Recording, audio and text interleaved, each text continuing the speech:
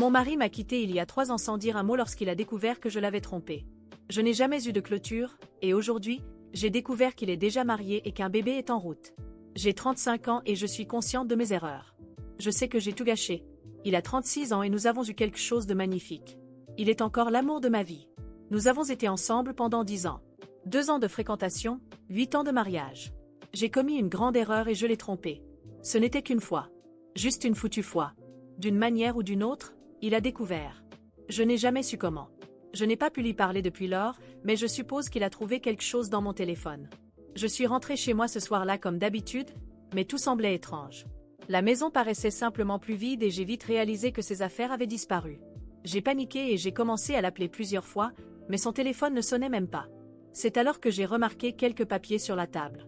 Il demandait le divorce, et sous les papiers, il y avait un mot disant « Voilà ce que vous faites au traître ». C'était la dernière chose que j'ai reçue de lui au cours des 3 dernières années. J'ai appelé le contact de son avocat, qui a été le seul moyen de communication entre nous, mais il m'a juste dit qu'il était le représentant légal et que mon ex ne voulait pas me voir. J'ai pleuré, j'ai été en colère, mais au final, l'avocat m'a simplement dit qu'il serait préférable que je prenne mon propre avocat. Mais je n'ai pas voulu. J'ai absolument refusé d'accepter que 10 ans de relation se terminent ainsi. Je sais que j'ai fait une erreur, mais j'ai toujours voulu réparer les choses. Je sais que s'il me donnait une chance, je pourrais faire en sorte que cet homme doux et spécial que j'ai connu il y a plus de 10 ans tombe à nouveau amoureux de moi. Je suis certaine que je pourrais obtenir son pardon. Après tout, de nombreux couples traversent des choses similaires et surmontent les obstacles. Pourquoi ne pourrions-nous pas être un autre couple dans cette statistique? Pourquoi, après 8 ans de mariage, suis-je jetée comme un déchet pour une erreur? Je ne mérite pas autant d'indifférence. Je n'ai pas pu le voir ni entendre sa voix pendant 2 ans. 2 ans sans pouvoir voir ou parler à la personne que j'aime le plus est une punition trop sévère. La situation m'a détruite émotionnellement, mentalement et même physiquement. J'ai fini par consommer une quantité malsaine d'alcool, à mal manger ou dormir pendant des semaines. J'ai vécu comme un zombie pendant des mois, fonctionnant en pilote automatique. Je voulais mourir, mais je ne pouvais pas me permettre de mourir car je m'accrochais toujours à l'espoir qu'il reviendrait. Ma thérapeute dit qu'il est très difficile de clore un cycle dans une relation, car votre esprit ne parvient pas à traiter que la relation est terminée. Vous restez toujours à penser que cette personne va apparaître à votre porte, que vous allez vous réveiller d'un rêve et elle sera à vos côtés. Le divorce a été finalisé il y a plus d'1 an, et je vais être honnête, je n'ai pas facilité les choses. Je ne voulais pas divorcer et je ne comprends toujours pas comment nous avons réussi à divorcer. J'ai demandé une thérapie de couple, mais il a refusé. Je sais, par l'intermédiaire de mon avocat, que l'avocat de mon ex a suggéré qu'il se rende au moins 1 ou 2 fois, mais il n'a pas voulu. Ça a pris un certain temps, mais enfin le divorce a eu lieu. Je ne peux même pas décrire le sentiment que j'ai eu et que j'ai encore. Comme si on m'avait arraché un morceau de moi-même. Je sais que je l'ai blessé, je sais que j'ai échoué. Je pense que tout le monde mérite une seconde chance. Lorsque je n'ai plus pu supporter la douleur, j'ai décidé de commencer une thérapie. Ma thérapeute ne me donne pas de conseils pour le reconquérir, elle se concentre simplement sur m'aider à avancer dans ma vie, en m'encourageant à rencontrer de nouvelles personnes et à sortir en rendez-vous. Mais je ne veux pas. À ce stade, l'acte physique d'aimer m'importe même plus. Il y a quelques jours, quelque chose s'est produit qui m'a complètement détruite. Je buvais quelques bières avec mon amie chez moi. Appelons-la Nikki. Nous étions bien ivres et j'ai commencé à parler de mon ex-mari. Elle a dit que je devrais faire plus d'efforts pour le surmonter. Il t'a déjà oublié et il est heureux de vivre loin de toi. Tu devrais faire de même. Tu ne peux pas vivre dans cette autopitié pour toujours. Quelque chose dans ses paroles m'a touchée, mais pas de la manière dont elle le pensait. Elle parlait avec beaucoup de confiance que mon ex m'avait déjà oublié et était maintenant heureux. Comment le sait-elle? À ce moment-là, j'étais furieuse et j'ai commencé à la presser pour qu'elle parle. Elle a refusé. Je l'ai pressée autant que j'ai pu, j'ai pleuré et imploré pour qu'elle me dise si elle savait quelque chose. J'avais besoin de savoir quelque chose sur lui. Finalement, elle m'a révélé que son mari avait été en contact avec mon ex-mari pendant l'année écoulée. Ils étaient de grands amis, et je me souviens qu'il avait été très triste de perdre le contact avec mon ex. À partir de ce moment-là, quelque chose en moi s'est brisé. Le vide s'est transformé en une obsession brûlante. Je ne pouvais pas croire qu'il m'avait oublié. Il était à moi. Tout ce que nous avions vécu ensemble ne pouvait pas avoir été balayé sous le tapis, comme si je n'avais jamais existé. Pendant 10 ans, nous avons construit une vie, des rêves et des moments. J'ai commis une erreur, oui, mais ne voyait-il pas que nous étions encore un seul et même être? Il était encore l'amour de ma vie. Et je n'allais pas abandonner. Pas sans me battre. Il m'appartenait. Cette nuit-là a marqué un tournant. Je n'arrivais pas à dormir. Tout ce que Nikki m'avait dit me rongeait de l'intérieur, et l'idée qu'il soit heureux avec une autre femme, en train de commencer une nouvelle vie, était insupportable. Les larmes coulaient sans cesse sur mon visage, mais soudain, quelque chose de plus sombre a pris le dessus. La jalousie, la colère et l'obsession se sont mélangés de telle manière que j'avais à peine la capacité de raisonner correctement. J'ai passé les semaines suivantes à suivre chaque indice que j'avais sur lui. J'ai attendu des heures devant son ancien appartement. Je suis allée dans le quartier où je savais qu'il vivait maintenant, observant les fenêtres des maisons, essayant de découvrir laquelle était la nouvelle. J'ai commencé à prendre des notes obsessives, essayant de calculer sa routine. Où il allait, ce qu'il faisait, avec qui il parlait. J'avais besoin d'une faille, d'un moment où il serait seul. Je voulais juste lui parler, lui faire écouter. Nikki a commencé à s'éloigner de moi. Ses messages sont devenus plus espacés, et quand nous nous rencontrions, elle avait toujours une excuse pour partir rapidement. Je savais que c'était parce qu'elle réalisait à quel point j'étais consumée par la situation. Mais je m'en fichais. Ce qui comptait, c'était lui. Un jour, après des semaines d'espionnage, je l'ai enfin vu. Il sortait d'un café avec cette femme, l'autre, l'intruse. Elle était enceinte, portant une lueur que je n'avais plus. Mon cœur a commencé à battre si fort que j'ai cru que j'allais m'évanouir. C'était une vision douloureuse, mais en même temps, cela a éveillé quelque chose de sombre en moi. Elle ne pouvait pas la voir. Je devais mettre fin à cela. Je les ai suivis jusqu'à la voiture, gardant une distance sécurisée. Lorsqu'ils sont montés dans le véhicule et sont partis, j'ai eu l'impulsion de les suivre. J'étais déterminée à découvrir tout sur cette femme. Qui était-elle? Comment avait-elle obtenu ce que je ne pouvais plus avoir? Je devais ruiner leur relation. Je voulais qu'elle ressente le même inconfort que je ressentais tous les jours. Qu'elle sache qu'il était à moi, et le sera toujours. Le lendemain, j'ai commencé à enquêter sur sa vie. J'ai trouvé son nom sur les réseaux sociaux et j'ai tout fouillé. J'ai découvert où elle travaillait, avec qui elle était, les endroits qu'elle fréquentait. Chaque morceau d'information me donnait plus de contrôle sur elle. Je prévoyais de miner chaque partie de son bonheur, en commençant par les petites choses. D'abord, j'ai appelé son travail et commencé à répandre des rumeurs, anonymes bien sûr. Des choses simples, juste assez pour semer le doute. Ensuite, j'ai essayé une approche plus directe. J'ai envoyé des messages de numéros inconnus, insinuant qu'elle ne savait pas vraiment qui était l'homme à ses côtés. Je me réjouissais de voir comment les choses commençaient à se dérouler. Je voulais qu'elle ressente le même inconfort que moi chaque jour. Mais ce n'était pas suffisant. Je voulais plus. Je me suis de plus en plus rapprochée de leur vie. J'ai commencé à fréquenter les mêmes endroits qu'elle, observant de loin pendant qu'elle faisait du shopping ou prenait un café avec des amis. Chaque moment était une torture, mais aussi un carburant pour ma haine et mon obsession. Et c'est alors que j'ai commis mon erreur fatale.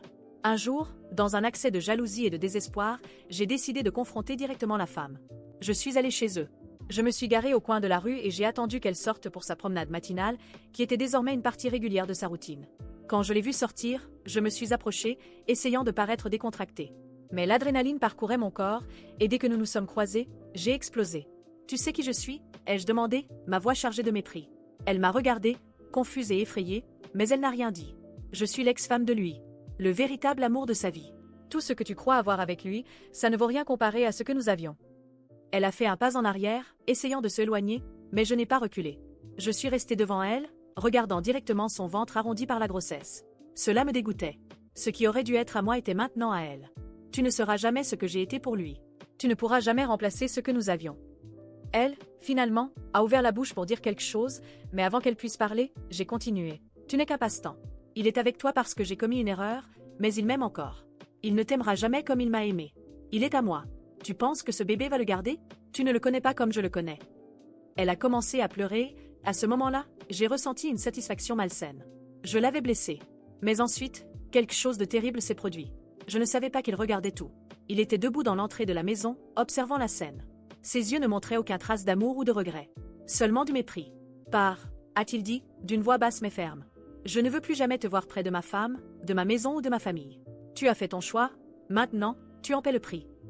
Mais nous pouvons encore, ai-je commencé à balbutier, le désespoir montant dans ma gorge. Non, c'est fini. Pour toujours. Après la confrontation devant chez lui, la situation a commencé à se détériorer. J'étais tellement obsédée par l'idée de renverser la situation, de récupérer ce qui était à moi, que j'ai commencé à agir avec une désespérance aveugle. Mais la vérité, c'est que les choses sont devenues encore plus compliquées. Quelques semaines plus tard, j'ai reçu une lettre de son avocat, m'informant qu'il avait demandé une ordonnance de protection contre moi. Au début, j'étais en état de choc. Comment était-ce possible? Je ne faisais rien d'autre que de me battre pour mon amour, ma relation. Je croyais simplement essayer de corriger une erreur et de sauver quelque chose de précieux.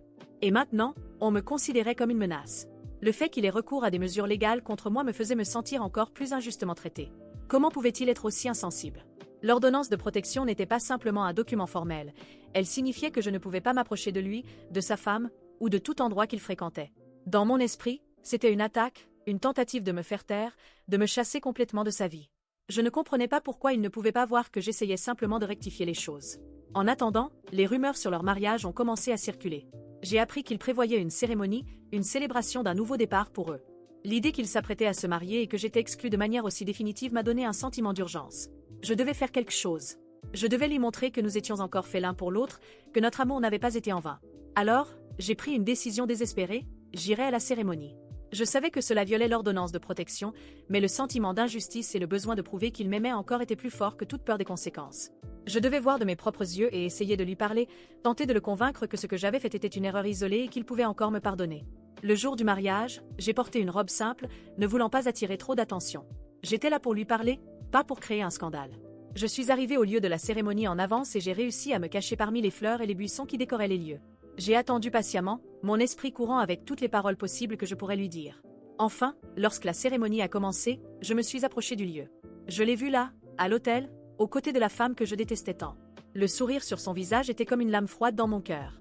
Ils étaient sur le point de sceller leur destin ensemble, et je ne pouvais pas permettre que cela se fasse sans tenter ma dernière chance. Lorsque le juge était sur le point de commencer les vœux, j'ai levé la main et crié « Arrêtez.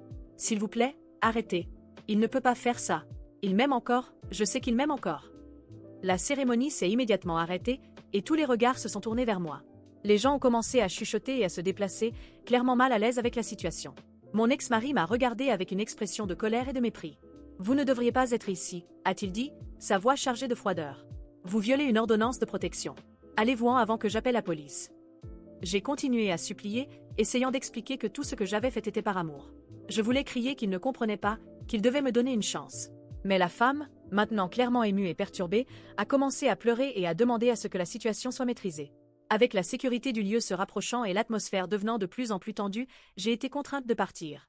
J'ai été escortée jusqu'à la sortie sous la surveillance des gardes de sécurité, et son regard pendant que j'étais évincée a été le plus douloureux de tous.